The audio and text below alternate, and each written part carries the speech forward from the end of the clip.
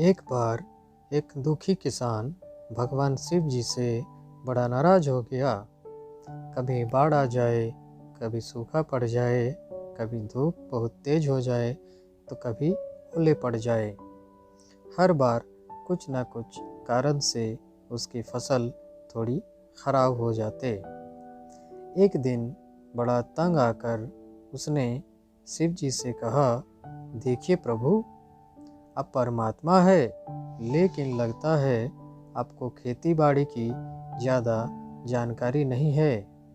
एक प्रार्थना है कि एक साल मुझे मौका दीजिए, जैसा मैं चाहूँ वैसा मौसम हो, फिर आप देखना मैं कैसे अन्न के भंडार भर दूंगा। परमात्मा मुस्कुराए और कहा, ठीक है, जैसा तुम कहोगे वैसा ही मौसम दूंगा, मैं दखल नहीं करूंगा। किसान ने गेहूं की फसल बोई। जब धूप चाही तब धूप मिली, जब पानी तब पानी।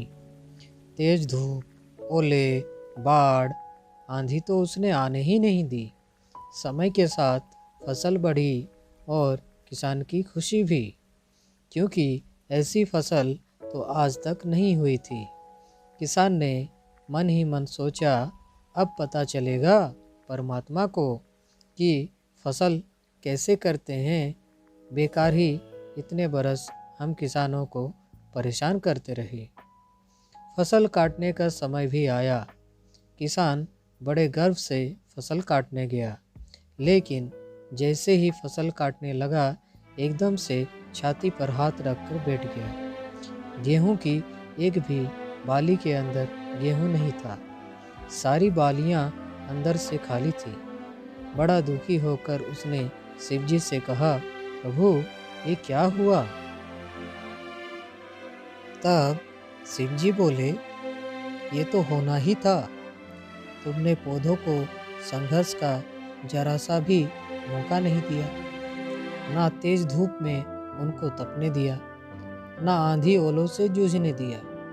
उनको किसी प्रकार की चुनौती का एहसास जरा भी नहीं होने दिया। इसीलिए सब पौधे खोखले रह गए। जब आंधी आती है, तेज बारिश होती है, ओले गिरते हैं, तब पौधा अपने बल से ही खड़ा रहता है। वह अपना अस्तित्व बचाने का संघर्ष करता है, और इस संघर्ष से जो बल पैदा होता है वही उसे शक्ति देता है, ऊर्जा देता है, उसकी जीवटता को उभारता है।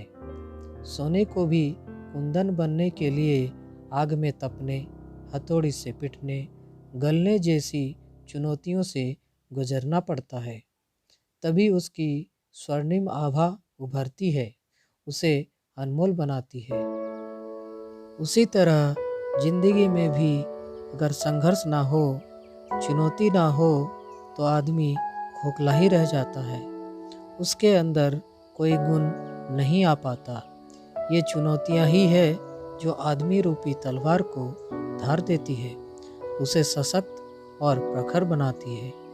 अगर प्रतिभाशाली बनना है तो चुनौतियां तो स्वीकार करनी ही पड़ेगी, अन्यथा हम खोखले ही रह जाएंगे।